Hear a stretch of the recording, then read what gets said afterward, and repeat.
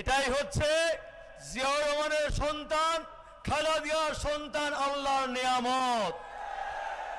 কাজেই আজকের এই অনুষ্ঠানের প্রধান অতিথি আমাদের গণপ্রজাতন্ত্রী বাংলাদেশ সরকারের মাননীয় প্রধানমন্ত্রী তারেক রহমান।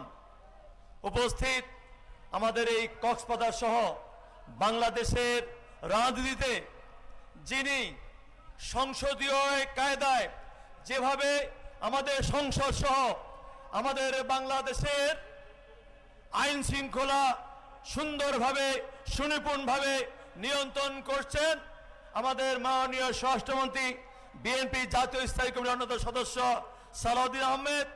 উপস্থিত আমাদের সাবেক ছাত্রনেতা, পানি সম্পদ মন্ত্রণালয়ের মাননীয় মন্ত্রী, বিএনপির যুগ্ম মহাসচিব শহীদুল চৌধুরী সহ উপস্থিত আমাদের এলজিআরডি প্রতিমন্ত্রী শাহ আলম, বিমান প্রতিমন্ত্রী রশিদুজ্জামান মিল্লাত, বস্ত্র এবং পাট প্রতিমন্ত্রী শরীফুল আলম, পার্বত্য চট্টগ্রাম এবং ভূমি প্রতিমন্ত্রী মীর হেলাল সহ উপস্থিত এমপি বৃন্দ এবং অর্থবাদ নেতৃবৃন্দ, আমার সামনে সমবেত এলাকাবাসী, আসসালামু আলাইকুম। আমাদের লুথুয়া কাজল ভাই দাবি করেছেন এই খাল খনন সম্পূর্ণ হলে আপনার এখানে রেগুলেটর, অর্থাৎ আপনারা কি চান?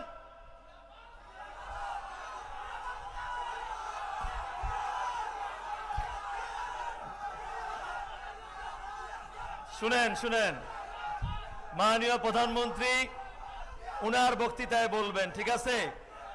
আমরা পানি সম্পদ মন্ত্রণালয়, আমরা এখানে পানি যেন শুনেন কথা শুনেন একটা মিনিট, এইখানে যেন এই নদীর প্রবাহ, এই খালের প্রবাহ যেন থাকে এবং এইখানে যেন শুকনো মৌসুমে এইখানে যেন আপনার সেচ দিয়ে ওই যে 8,000 কৃষককে সরাসরি এবং 40,000 বেশি মানুষ যেন এইখানে সুবিধা পায়, তার জন্য রেগুলেটর এইখানে এই খালের মধ্যে নির্মাণ করব, এই কথা আমাদের পানি সম্পদ মন্ত্রণালয় আপনাদের বলে যাচ্ছি। অনুরোধ করি একটি কথাই, আমাদের মাননীয় প্রধানমন্ত্রী আজ থেকে 3.5 মাস আগে নির্বাচনের পূর্বে যে কথাগুলো বলেছেন, আজকে প্রত্যেকটি কথায় পর্যায়ক্রমে কাজে প্রমাণ করছেন। এটাই হচ্ছে শহীদ জিয়াউর রহমানের রাজনীতি, এটাই হচ্ছে খালেদা জিয়ার রাজনীতি, এটাই হচ্ছে বিএনপি রাজনীতি, এটাই হচ্ছে তারেক রহমানের রাজনীতি।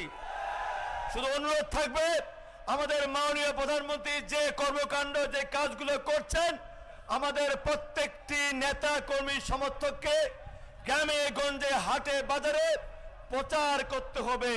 ওই যারা মিথ্যা অপপ্রচার করছেন তাদের যেন অপপ্রচার করতে না পারে, এই জন্য আপনাদের প্রত্যেককে প্রচার মাধ্যমে কাজ করার আহ্বান জানিয়ে এবং আমাকে এই সভায় বক্তব্য দেওয়ার জন্য আমি জেলা বিএনপিকে ধন্যবাদ কৃতজ্ঞতা জানিয়ে আমার বক্তব্য শেষ করছি।